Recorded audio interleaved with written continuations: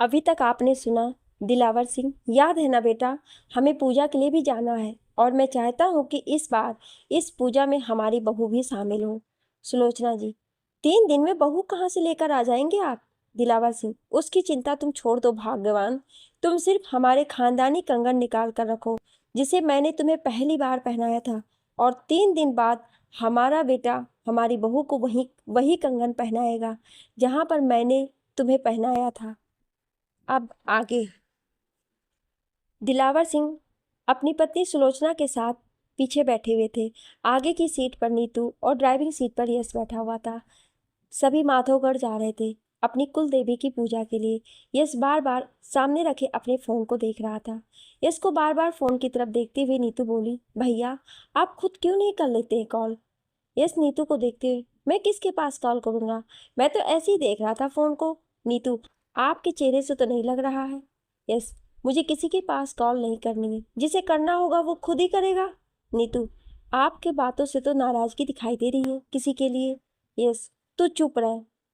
नीतू, मैं तो चुप ही हूँ, पर किसी और का गुस्सा आप मुझ पर क्यों निकाल रहे हैं? यस, खुद से पता नहीं खुद को क्या समझती है। 3 दिन हो गए, ना कोई कॉल ना मैसेज।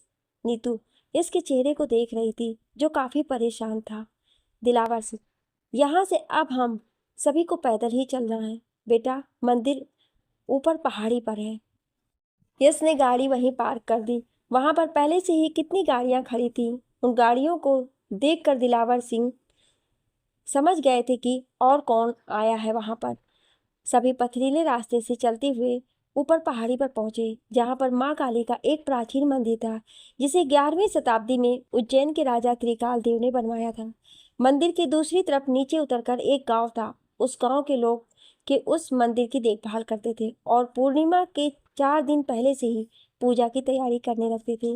मंदिर को चारों तरफ से बहुत ही सुंदर तरीकों से फूलों और पत्तों से सजाया गया था।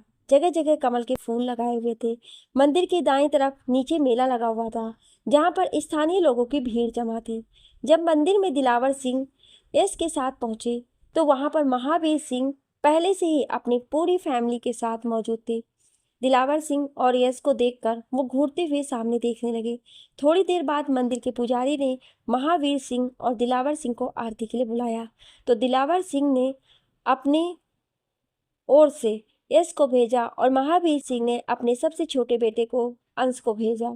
दोनों ने मां काली की आरती की। आरती के बाद मंदिर के पुजारी ने दोनों को टीका लगाया, फिर वहां से दोनों चल दिए। दिलावर सिंह सुलोचना जी के साथ मंदिर के बाहर आकर यश और नीतू का इंतजार करने लगे। आधे घंटे बाद यश नीतू के साथ आया। दिलावर सिंह, कहाँ रह गए थे तुम दोनों? यश, ये बेवकूफ को मेले जाने की जिद करने लगी तो इसे मेले में घुमाने ले गया था, और ये देखो क्या लेकर आई है। दिलावर सिंह ने नीतू के हाथों में देखा तो एक पत्थर की, जिसे कलाकार ने एक सुंदर लड़की के आकार में ढाला था, की मूर्ति को देखकर ऐसा लग रहा था कि वो लड़की किसी का इंतजार कर रही हो। सुलोचना जी, तू भी क्या क्या ले आती है उठाकर, ये लड़की सोच क्या रही है? नीतू, मम्मा, ये लड़की मैं हूँ, और किस तरह 6 साल मैंने अपने भाई का इंतजार किया है, इससे वो पता चलता है। यस, अब तो मैं आ गया हूँ ना, तो ये मूर्ति लेने की क्या जरूरत थी तुझे? नीतू, बस अच्छा लगा तो ले लिया। नीतू ने बोलते हुए दांत दिखा दिए। दिलावर सिंह, चलो अब हमें यहाँ से चलना चाहिए। वो चारों वहां से नीचे की ओर उतरने लगे और ऊपर महावीर सिंह अपने दीवान पूरन सिंह के साथ खड़े होकर उन्हें देखते रहे। उनके जाने के बाद महावीर सिंह की तरफ देखा तो उसने किसी को फोन किया और कुछ बात करके फोन रख दिया। चारों नीचे पहुंचकर गाड़ी में बैठ गए और इसने गाड़ी जिस रास्ते से आई थी उस रास्ते की तरफ मोड़ ली। तभी सामने से एक आदमी आया जिसने पुजारियों के कपड़े पहन रखे थे। आदमी, आगे मंदिर में दर्शन करने वालों की बहुत भीड़ है, इसलिए मंदिर की दूसरी तरफ से जो रास्ता है उस ओर से जाना होगा। दिलावर सिंह, ये सही कह रहे हैं बेटा, इस वक्त दर्शन करने वालों की भीड़ लग जाती है यहाँ पर, इसलिए हमें दूसरे रास्ते से होकर गुजरना होगा। इसने गाड़ी मंदिर के पीछे वाले रास्ते की तरफ मोड़ दिया, जो पहाड़ी रास्ता था और पहाड़ों को काटकर बनाया गया था। पथरीला रास्ता होने की वजह से इस गाड़ी धीरे धीरे चला रहा था कि अचानक एक गोली उसकी कार के टायर पर आकर लगी और गाड़ी सामने एक बड़े पत्थर से टकराई। रफ्तार कम होने की वजह से किसी को चोट तो नहीं आई। पर जब उन्होंने अपने चारों तरफ देखा तो बंदूक लिए 10-15 आदमी उनके चारों तरफ खड़े थे और उसके बाद उस पहाड़ी इलाके में लगातार 10 से 15 गोलियों के चलने की आवाज़ आई, जिसे सुनकर मंदिर में मौजूद सभी लोग डर के कारण उस तरफ देखने लगे जिस तरफ से गोली चलने की आवाज़ आई थी। मंदिर में कुछ ऐसे लोग भी थे जिनके चेहरे पर डर का नामो निशान तक नहीं था। वे थे महावीर सिंह और पूरन सिंह। काव्या ने डर के मारे अपनी आंखें बंद कर ली और अपनी भाभी सीमा के पीछे खड़ी हो गई। गोलियों की आवाज़ सुनने के बाद पूरन सिंह के पास किसी का फ़ोन आया और उसने कुछ कहा। पूरन सिंह ने मुस्कुराते हुए फ़ोन रख दिया। पूरन सिंह, काम पूरा हो गया राजा साहब। महावीर सिंह ने कुछ नहीं बोला और सभी को वहां से चलने को कहकर मंदिर से निकल कर चल दिए। थोड़ी देर बाद सभी अपने अपने गाड़ियों में बैठे हुए थे। सबके चेहरे पर एक उदासी छाई हुई थी। शाम तक हवेली पर पहुंच गए। हवेली के अंदर जाते ही महावीर सिंह अपने पिता राणा उदयभान सिंह के सामने बैठ गए। महावीर सिंह रोते हुए, मुझे माफ़ कर दीजिए पिताजी, मैंने आज अपने ही भाई की हत्या कर दी जो मुझे नहीं करवानी चाहिए थी। जानता हूँ मैं कि मैं गलत हूँ, पर मेरे पास और कोई रास्ता नहीं था। वो मेरे परिवार का दुश्मन बन चुका था। महावीर सिंह को रोता देख उनके परिवार के सभी लोगों की आंखें भर आई। उन लोगों ने आज पहली बार महावीर सिंह को रोते हुए देखा था। उन्हें यकीन नहीं हो रहा था कि महावीर सिंह इस तरह कभी रोएंगे। हवेली के दरवाजे और लाइट किसी ने बंद कर दिए, जिससे चारों तरफ अंधेरा हो गया। अंधेरा होते ही महावीर सिंह उठकर चारों तरफ देखने लगे। अंश, ये लाइट किसने बंद की? दिखाई नहीं दे रहा है, यहाँ अंधेरा हो गया है कितना। मुर्दों को लाइट की जरूरत नहीं होती है अंश बाबू। अच्छे, क्या बकवास कर रहे हो? और हो कौन तुम? अचानक लाइट जली। सबने देखा तो उनके चारों तरफ कितने ही लोगों ने उन पर बंदूकें तान रखी है और उनके बीच उनके दीवान पूरन सिंह खड़ा था, जिसके आंखों में खून सवार था। पूरन सिंह को उन लोगों के साथ खड़ा देखकर सबके होश उड़ गए। शारदा देवी, ये सब क्या हो रहा है दीवान जी? और ये लोग कौन हैं जिनके साथ आप यहाँ आए हुए हैं? पूरन सिंह, ये सब आप सभी को दिलावर सिंह के पास पहुंचाने के लिए आए हैं। महारानी जी, अब आप सब बहुत जल्द इस दुनिया को अलविदा कहने वाले हैं। महावीर सिंह, ये सब क्या बकवास कर रहे हो तुम पूरन सिंह? पूरन सिंह, बकवास नहीं, हकीकत है। ये उधर मेरे बेटे ने तुम्हारे भाई के परिवार को खत्म कर दिया और इधर मैं तुम लोगों को, और इसके बाद हवेली की सभी दौलत हम लोगों की। और रही बात पुलिस की, तो ये सब देख लो तुम सब। पूरन सिंह ने एक वीडियो चलाया जिसमें महावीर सिंह अपने भाई दिलावर सिंह को मारने की बात कर रहे थे, जिसे देखकर महावीर सिंह गुस्से से उनकी तरफ बढ़े। तभी एक गोली उनकी बेटी काव्या के कंधे को छूते हुए निकली और वो चिल्लाकर नीचे गिर गई। उसके कंधे से लगातार खून निकल रहा था। दर्द से वो रोने लगी। महावीर सिंह के साथ बाकी लोग भी भागते हुए उसके पास पहुंचे। शशांक ने दुपट्टे से उस जगह को बांध दिया। शशांक, क्या चाहते हो तुम, और ये सब किसके कहने पर कर रहे हो? पूरन सिंह, तुम्हें क्या लगता है मैं तुम लोगों को किसी के कहने पर मारूंगा? मैं तुम लोगों को मारने का सही समय ढूंढ रहा था और वो समय अब आ गया है। मैंने ही तुम्हारे बेटे ध्रुव को मारा और उसकी लाश को नदी में फेंक दिया, और मैंने उस खून का इल्जाम दिलावर सिंह पर लगा दिया। कितने बड़े बेवकूफ़ हो ना तुम लोग। बिना किसी सबूत के तुमने दिलावर सिंह को जेल में भिजवा दिया। महावीर सिंह, नमक हराम, इतने सालों से हमारे घर में रहकर हमें ही धोखा देता रहा। पूरन सिंह, जब बात 1000 करोड़ की दौलत की हो तो धोखा देना इंसान की फितरत हो जाती है। महावीर सिंह, तुझ जैसे धोखेबाज इंसान के बहकावे में आकर आज मैंने कितनी बड़ी गलती कर दी। पूरन सिंह, कोई बात नहीं राजा साहब, अब आप ऊपर अपने भाई दिलावर सिंह के पास जाकर अपनी गलती की माफ़ी मांग लेना। सादा देवी, तुझे क्या लगता है तुझे कोई देख नहीं रहा? वो ऊपर वाला सब कुछ देख रहा है और वही तेरे करे की सजा देगा। पूरन सिंह, इन सबके हाथ पैर बांधो और गाड़ियों में डालो। मैं ये नहीं चाहता कि मेरी ये हवेली खून से लाल हो। पूरन सिंह ने इशारा किया तो उसके सभी आदमी आगे आए और बंदूकों की नोक पर सबके हाथ पैर और मुंह बांधकर एक एक को घसीट कर ले जाने लगे। उन लोगों ने सबको गाड़ियों में डाला और हवेली से निकल गए। वो लोग उन सभी को लेकर शहर से बाहर पहाड़ी इलाके में ले आए, जिसके एक तरफ खाई थी और एक तरफ बड़ा सा मैदान। अंधेरी रात थी, चारों तरफ सन्नाटा छाया हुआ था। वो ऐसी रात थी जिसमें ना झींगुर बोल रहे थे, ना ही तारे टिमटिमा रहे थे। उन्होंने घर के बच्चों को गाड़ी में ही छोड़ दिया और बाकी सभी लोगों को घसीटते हुए गाड़ियों से बाहर ले आए। एक गाड़ी और आकर रुकी, जिसमें से पूरन सिंह बाहर निकला। पूरन सिंह ने अपने जेब से रिवॉल्वर बाहर निकाली और बोला, तो शुरुआत कहाँ से करूं राजा साहब, आपसे या रानी साहिबा से? महावीर सिंह बोलना तो चाहते थे, पर मुंह पर बंधे कपड़े की वजह से नहीं बोल पा रहे थे। पूरन सिंह, चलो शुरुआत आपके बच्चों से करते हैं, क्योंकि जब वो मरेंगे तो दर्द तुम लोगों को भी होगा, उससे कई गुना।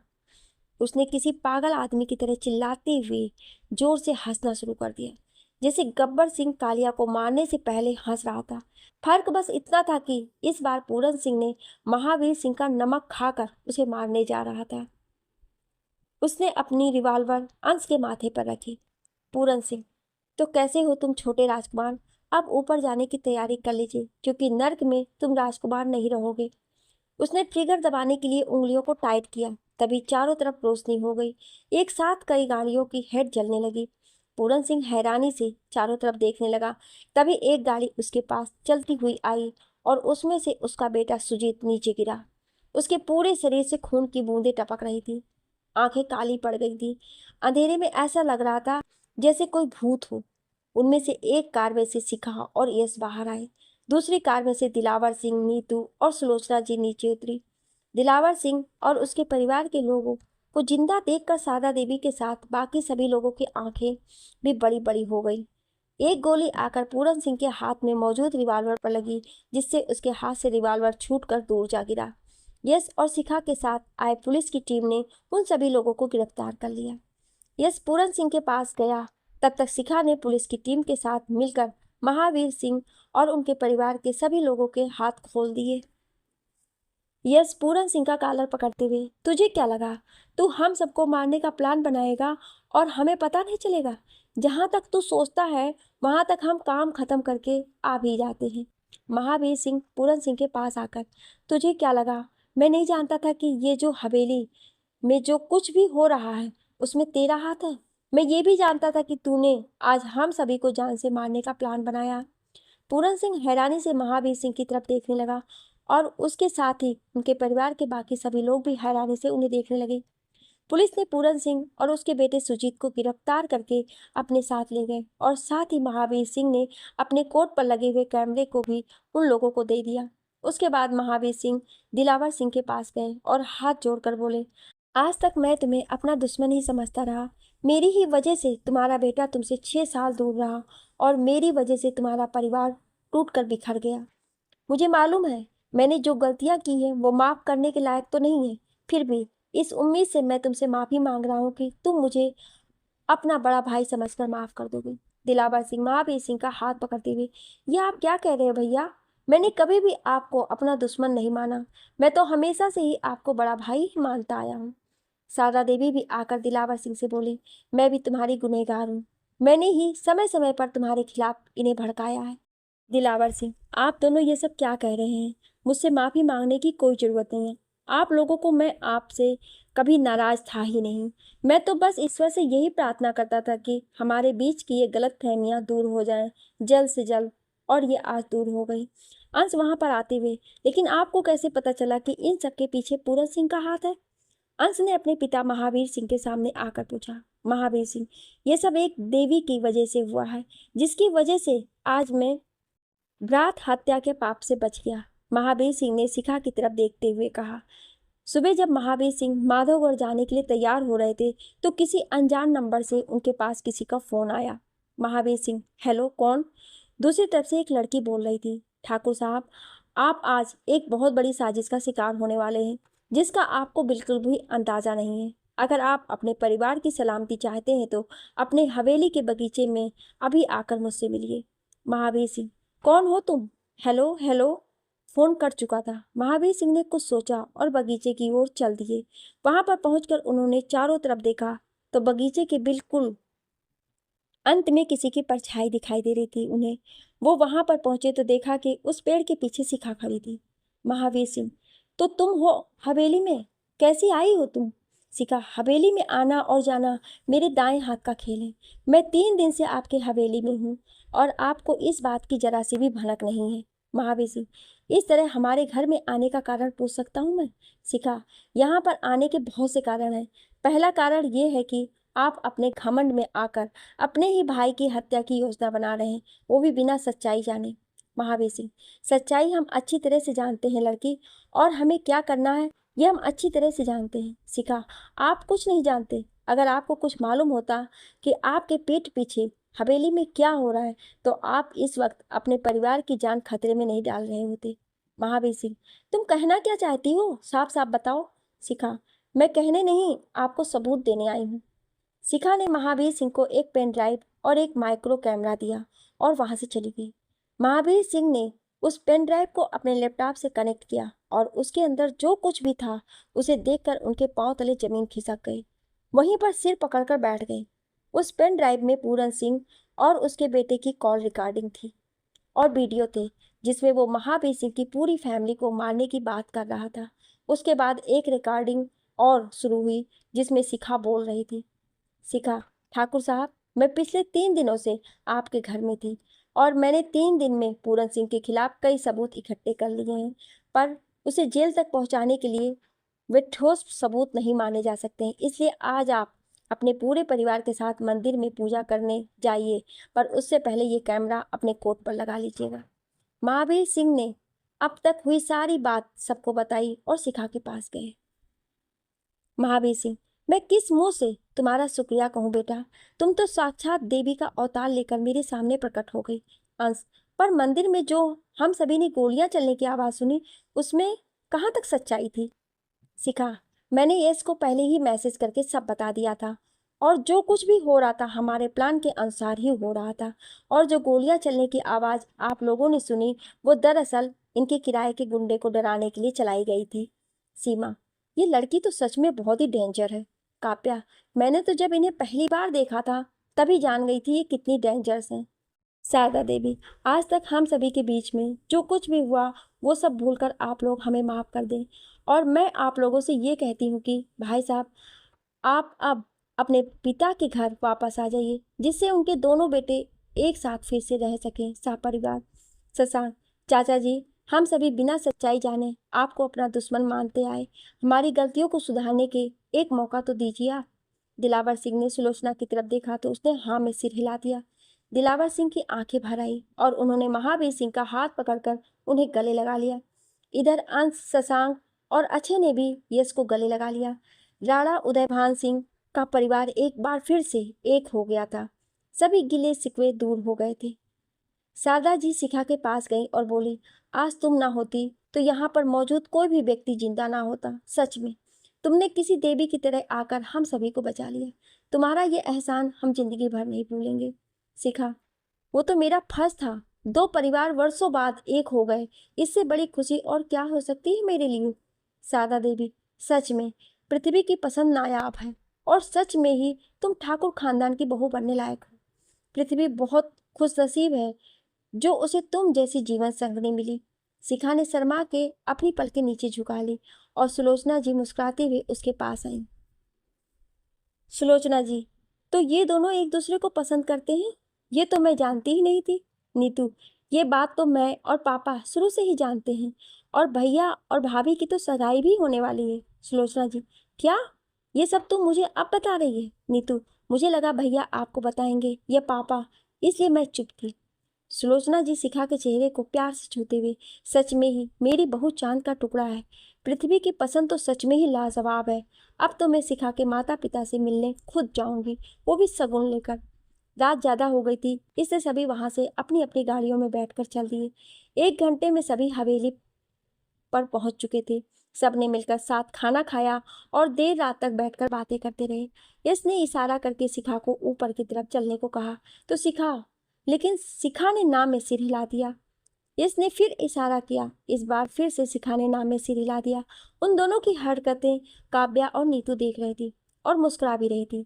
यश वहां से उठकर चल दिया तो शिखा भी पानी पीने के बहाने उठकर वहां से किचन की ओर चल दी। पानी तो बस बहाना था। वो किचन से घूमकर वापस आ गई और सबकी नजरें से बचती हुई हवेली की छत पर पहुंच गई। छत पर वो जैसे ही पहुंची, यश ने उसे पकड़कर अपनी ओर खींचा और कसकर गले लगा लिया। यस, आज तो मेरी जान ने कमाल ही कर दिया। शिखा, वो तो मैं रोज ही करूंगी अब।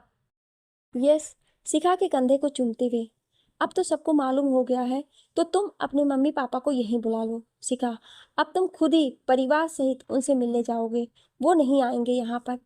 यश ने इस बार शिखा के गालों पर किस कर लिया। शिखा ने आंखें बंद करके यश को और कसकर पकड़ लिया। यश ने शिखा को खुद से अलग किया और उसके होठों की तरफ अपने होठ बढ़ाए। तभी नीचे से सुलोचना जी की चिल्लाने की आवाज आई, जो ऊपर छत की तरफ ही आ रही थी। यश और शिखा जल्दी से एक दूसरे से अलग हुए और यश ने जानबूझकर अपना फोन अपने कान पर लगा लिया। सुलोचना जी काव्या और नीतू के साथ ऊपर आए तो देखा तो यश किसी से बात कर रहा था। सुलोचना जी, तो इतनी रात को किससे बात कर रहा है फोन पर? यस, वो एक जरूरी फोन आ गया था। काव्या, भैया शिखा भाभी कहाँ है? यस, यहीं पर। नहीं, वो तो नीचे गई हैं। नीतू, मतलब वो ऊपर थी। यस हकलाते हुए चारों तरफ देखते हुए, नहीं, वो नहीं है यहाँ पर और ना ही थी। सुलोचना जी, तो इतना हकला क्यों रहा है? यस, नहीं तो। सुलोचना, अब सो जा, बहुत रात हो गई है। सुलोचना जी काव्या और नीतू के साथ नीचे चली गई तो यस हवेली के पूरी छत पर शिखा को ढूंढने लगा, लेकिन शिखा उसे कहीं नहीं मिली। यस, ये कहाँ चली गई? लगता है बंदरिया की तरह कूद कर नीचे चली गई। फरीदाबाद। आलोक जी और अंजना जी आज पूरी तरह व्यस्त नजर आ रहे थे। आज उनकी बेटी शिखा की सगाई जो थी, और ऊपर से उन लोगों को ये मालूम भी हो गया था कि यश का असली नाम पृथ्वी सिंह राणा है और वो उज्जैन के प्रसिद्ध राजा राणा उदय भान सिंह का पोता है। अब आप ये सोच रहे होंगे कि इन लोगों को इतना जल्दी कैसे पता चल गया, तो जान लीजिए कि ये खबर तो आग की तरह फैलनी ही थी, क्योंकि ओमवीर सिंह का बेटा अभय महावीर सिंह के बेटे अंश का जिगरी दोस्त था, और अभय के जरिए रश्मि और रश्मि के जरिए तो पूरी शर्मा फैमिली में ये खबर फैल जानी ही थी। शिखा सुबह से ही अपने कमरे में बैठी हुई थी, जहाँ काजल, रश्मि, निम्मी और वंदना चारों उससे तरह तरह की बातें करके उसे परेशान कर रही थी। शिखा बस उन लोगों की बातों से हल्का सा नाराज हो जाती। शिखा को भी अब यश के नाम से उन लोगों को उसे सताना अच्छा लग रहा था। रश्मि, आज तो हमारी डीआईजी साहिबा का चेहरा देखने लायक है। देखो शर्म से कितना लाल हो जा रहा है इनका चेहरा, जब इनके होने वाले उनका नाम ले रहे हैं हम।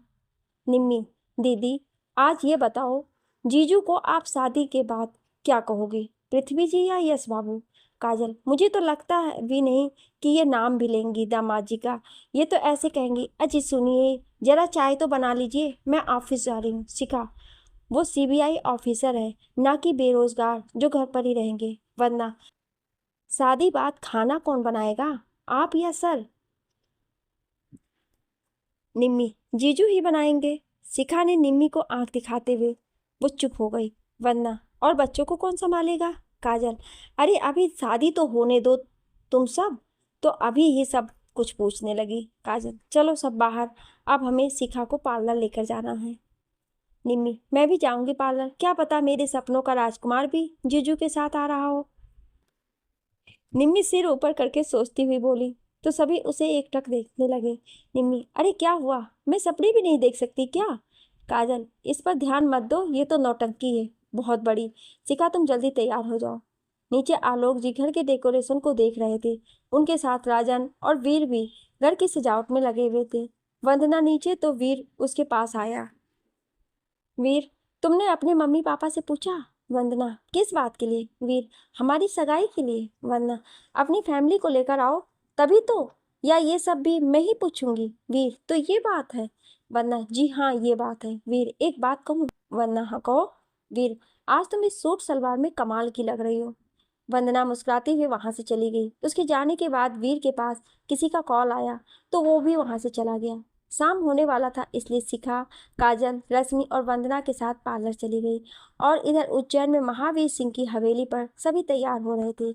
यस, दिलावर सिंह से, पापा हमें प्राइवेट प्लेन में फरीदाबाद जाने में कितना समय लगेगा? अंश वहीं से गुजरते हुए बोला, मेरे ख्याल से कल तक तो पहुंच ही जाएंगे, क्योंकि लेट हो गए हैं हम सब। काव्या, भैया आप घबराओ मत, इंतजार करते करते बस भाभी का मेकअप ही खराब होगा, वो तो दोबारा भी कर लेंगी। यस, खुद से 4 बज गए हैं और अभी भी इन सभी लोगों को मजाक सूझ रहा है, और वहाँ शिखा इंतजार कर रही होगी। लेट हो गए तो कहीं अपना पुराना वाला रूप ना धारण कर ले। सीमा, क्या हुआ देवर जी, क्या सोच रहे हैं? आप कहीं डर तो नहीं रहे हैं हमारी होने वाली देवरानी से? सोनिया, मैंने तो सुना है वो बहुत ही खतरनाक एनकाउंटर स्पेशलिस्ट भी है। नीतू, जी हाँ, आपने सही सुना है। अंदर से सुलोचना जी और शारदा देवी आईं। शारदा देवी के हाथों में एक पूजा की थाली थी। उन्होंने यश की आरती उतारी और सभी को चलने को कहा तो यश मन ही मन खुश हो गया और उसने राहत की सांस ली। थोड़ी ही देर में सभी घर से निकल गए। इधर आलोक जी ने अपने पूरे घर को बहुत ही अच्छे तरह से डेकोरेट किया था। अंदर बाहर हर जगह सभी तरह के फूलों से पूरा घर एक अलग ही खुशबू से महक रहा था। बाहर दरवाजे पर अंजना जी ने एक बहुत ही सुंदर रंगोली बनवाई हुई थी, जिसे उन्होंने फूलों और रंगों से बनाया था। रात के 8 बज चुके थे। सभी को अब इसकी फैमिली के आने का इंतजार था। शिखा अभी पार्लर में ही थी। उसे लेने राजन और वीर चले गए थे। कुछ देर बाद एक साथ कितनी ही कारें वहां पर आकर रुकी, जिसमें से पूरी ठाकुर फैमिली नीचे उतरी। एक अलग कार भी वहां पर आकर रुकी, जिसमें से सीबीआई चीफ बलराज ठाकुर और उनकी पत्नी सुधा नीचे उतरे। सभी का आलोक जी ने और विराज जी ने फूलों से स्वागत किया। आलोक जी ने महावीर सिंह और दिलावर सिंह को देखकर जैसे ही हाथ जोड़े, महावीर सिंह ने उनका हाथ पकड़ लिया।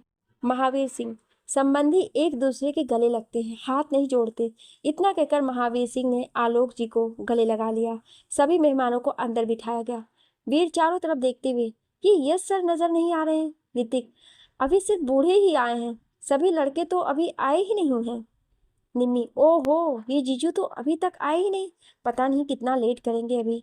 एक काले रंग की बीएमडब्ल्यू आकर रुकी, जिसमें से अंश, शशांक, अक्षय और सबसे बाद में यश बाहर आया।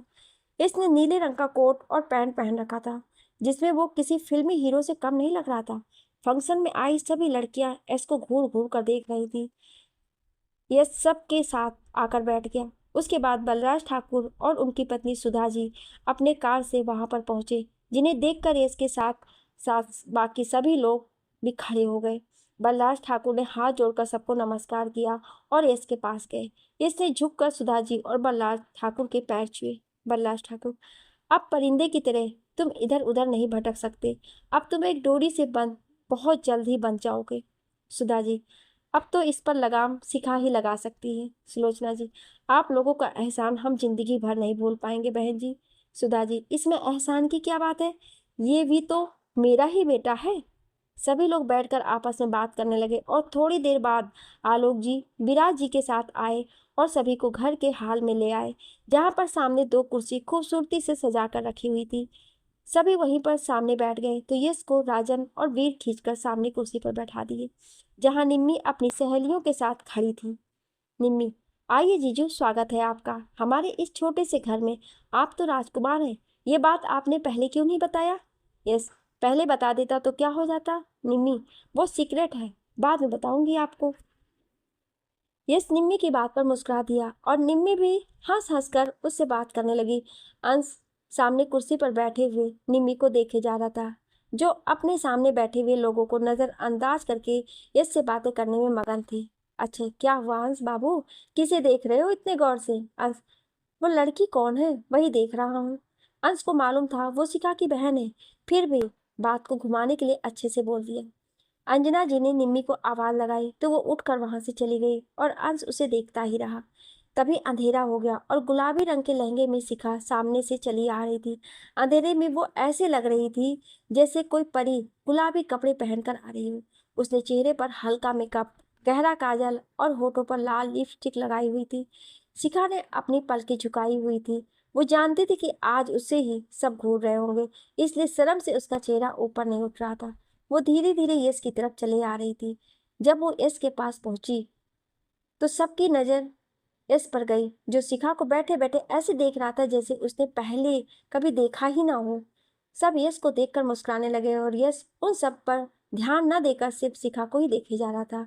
अब तो शिखा को भी पहले से ज्यादा शर्म आने लगी थी।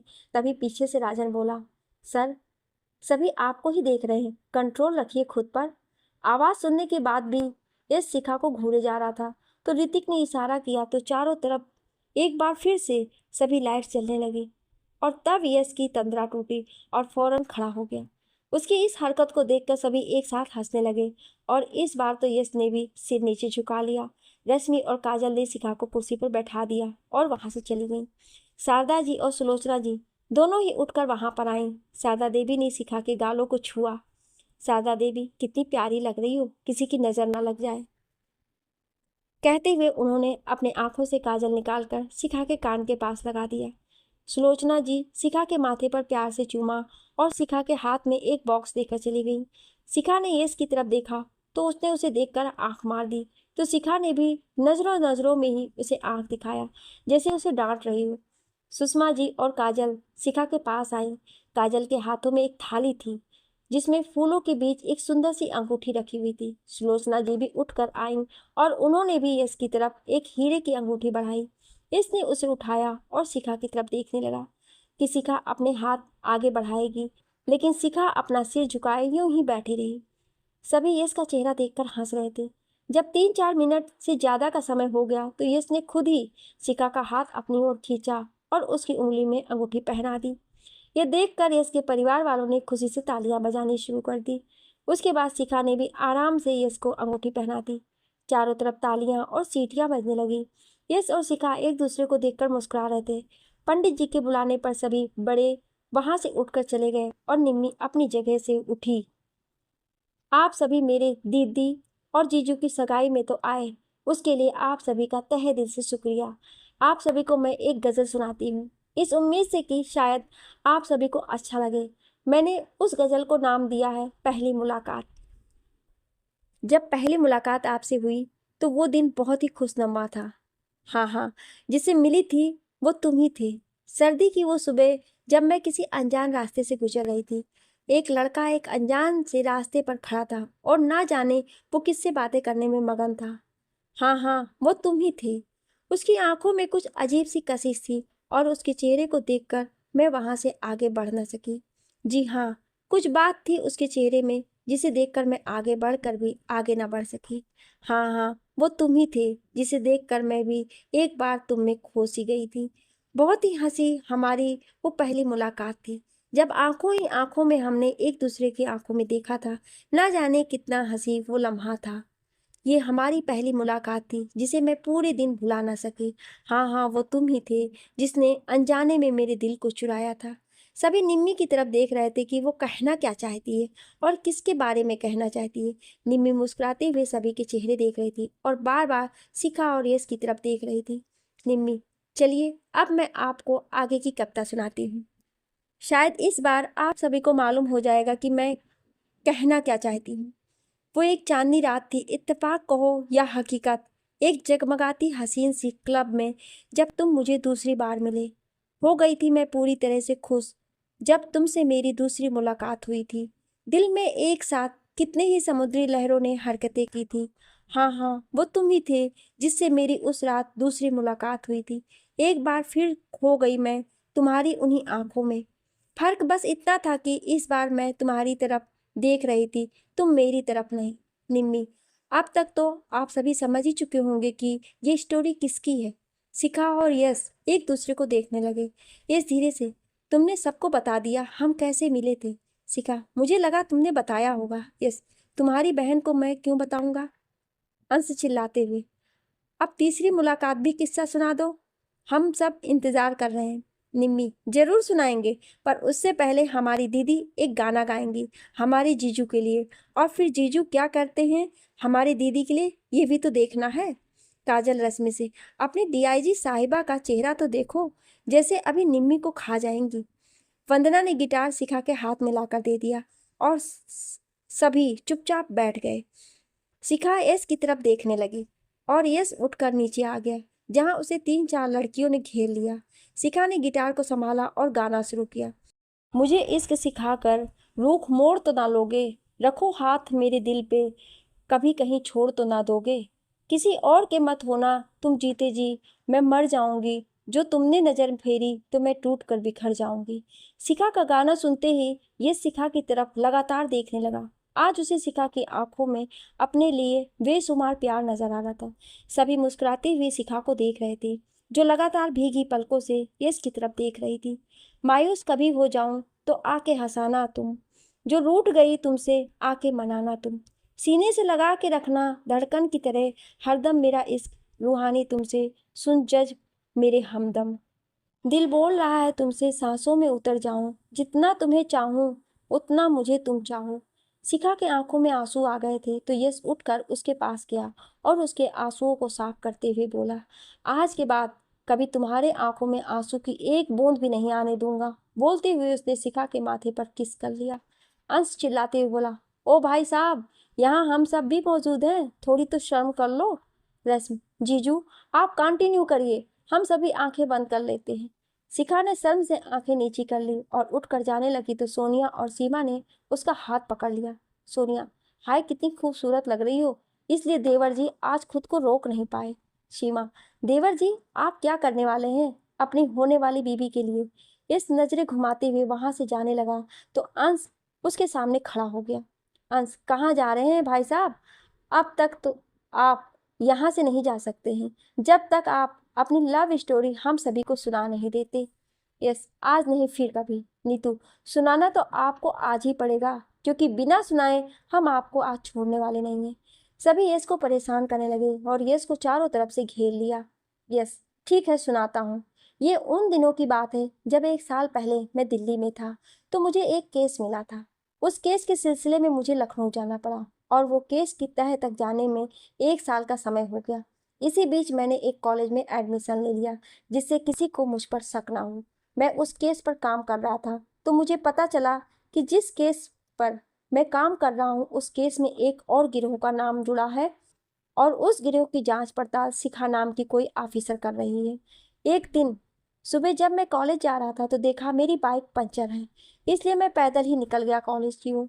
मैं सड़क किनारे खड़ा होकर ऑटो का इंतजार कर रहा था कि तभी एक कार मेरे सामने से गुजरी। मुझे जल्दी जाना था क्योंकि कॉलेज में मेरे पहले से ही कुछ कारनामे ऐसे थे कि टाइम पर नहीं जाता तो मामला बिगड़ ही जाता। इसलिए मैंने कार को देखकर हाथ हिलाया और कार आगे से निकल गई। मैं फिर से अपनी जगह पर आ गया, तभी देखा कि कुछ दूरी पर कार रुक गई तो मैं कार के पास पहुंचा और अंदर देखा तो मेरी आंखें आउट ऑफ कंट्रोल हो गई और ड्राइविंग सीट पर बैठी खूबसूरत बाला को देखता ही रह गया। उसे देखकर मेरी बोलती बंद हो चुकी थी, पलकें झपकनी बंद हो गई थी और तब तक नहीं झुकी जब तक अंदर बैठी मोहतरमा ने मुझे अंदर आने को नहीं कहा। बस फिर क्या था, मैं तो एक अलग ही दुनिया में खो सा गया। मैं सोच रहा था ऐसी ही कार चलती है और ये खूबसूरत परी हमेशा के लिए मेरी जिंदगी की ड्राइवर बन जाए। सभी बहुत ही ध्यान से इसकी बातें सुन रहे थे और मन ही मन मुस्कुरा रहे थे। शिखा भी उसकी बातें सुनकर सोच रही थी कि बातों में कितना शहद सुनाए जा रहे हैं उनके होने वाले पति परमेश्वर। घर के सभी बड़े वहां पर आ गए तो यश चुप हो गया और वापस शिखा के पास आकर बैठ गया। महावीर सिंह, हमने पृथ्वी और शिखा की शादी का दिन तय कर दिया है। शादी के अगले महीने की 27 तारीख को होगी, वो भी उज्जैन से। सभी खुशी से तालियां बजाने लगे और यश शिखा की तरफ देखने लगा। शिखा भी यश की तरफ देखकर मुस्कुराई और इस बार उसने भी उसे देखकर आंख मार दी। यश के दिल में एक साथ कितने ही लड्डू फूटने शुरू हो गए। निम्मी ने लाउड स्पीकर की तेज आवाज में गाना बजाया और काव्या और नीतू के साथ स्टेज पर पहुंच गई और तीनों ने डांस करना शुरू कर दिया। उनके साथ वंदना भी नाचने आ गई। नाचते नाचते काव्या को प्यास लगी तो वो स्टेज से उतरकर पानी पीने के लिए चली गई। उसने जब पानी का गिलास लिया और पानी पीने लगी तभी उसे अपने पैरों के पास एक छिपकली दिखाई दी। छिपकली को देखकर वो जोर से चिल्लाती हुई पीछे की तरफ भागी, तभी वहीं पर खड़े शख्स से टकराई और उसे लेकर नीचे गिर गई। नीचे गिरते ही उसके हाथ उस शख्स के गालों पर जा टकराए और इस शख्स के गालों पर उसके लिपस्टिक के निशान आ गए। वो जल्दी से उस शख्स के ऊपर से उठी, शर्म से वो उसकी तरफ देख ही नहीं पा रही थी। वो शख्स अपने कपड़े झाड़ते हुए खड़ा हुआ और काव्या की तरफ देखने लगा। काव्या, सॉरी, वो छिपकली आ गई थी और उसे देखकर मैं डर गई थी। ओ, एक राजकुमारी छिपकली को देखकर डर गई, ये तो अच्छी बात नहीं है मिस। काव्या, काव्या है मेरा नाम, अच्छा नाम है। काव्या, आप कौन है? मेरा नाम राजन है, राजन अग्निहोत्री। काव्या, ये बात आप किसी से कहिएगा नहीं। काव्या ने मासूमियत से राजन की तरफ देखकर कहा तो राजन काव्या की तरफ देखने लगा जिसकी पलकें नीचे झुकी हुई थी। राजन मन में, सच में ही राजकुमारियां बहुत खूबसूरत होती हैं और ये तो वाकई बहुत खूबसूरत है। आंखें तो किसी हिरनी की तरह हैं, बाल किसी नागिन की तरह फैले हुए हैं और चेहरा हाय मैं मर जाऊं, ऊपर से लेके नीचे तक जहर है। बिल्कुल किसी के दिल में आग लगाने के लिए तो इसकी एक मुस्कान ही काफी है। काव्या, क्या हुआ, आप मुझे ऐसे क्यों देख रहे हैं? राजन, नहीं, वो मैं कुछ और देख रहा था। काव्या, झूठ बोल रहे हैं आप। राजन, नहीं तो। काव्या, आपकी आंखें बता रही हैं कि आप झूठ बोल रहे हैं। राजन मन में, वाह क्या लड़की है, आंखें भी पढ़ लेती है। काव्या, हम जा रहे हैं। राजन, जी बिल्कुल जाइए, मैंने कब रोका है आपको। काव्या, वो अपने गाल पर से आप लिपस्टिक के निशान साफ कर लीजिए, नहीं तो कोई देखेगा तो गलत समझेगा। राजन, लिपस्टिक का निशान। राजन ने गाल पर हाथ लगाया तो वो निशान और फैल गया। काव्या आगे बढ़ी और उसने अपने रुमाल से उसके गाल को साफ किया तो दोनों की ही सांसें तेज चलने लगी और धड़कनों की रफ्तार बढ़ गई।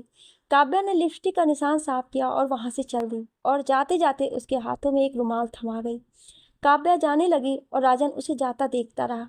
अक्सर यही होता है, जब हमारे दिल को छूकर कोई लड़की जाती है तो उसे देखते हुए हम ये जरूर सोचते हैं कि एक बार पलट कर वो जरूर देखेगी। और जाते समय काव्या ने मुड़कर एक कातिल निगाहों से राजन की तरफ देखा। बस इतना ही काफी था राजन के दिल के सोए हुए अरमानों को जगाने के लिए।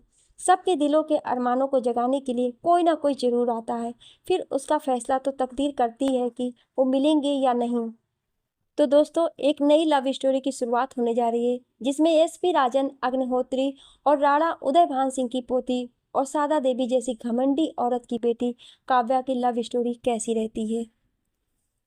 क्या आप इस कहानी को सुनना चाहते हैं तो कमेंट में यस जरूर लिखिएगा। Thank you.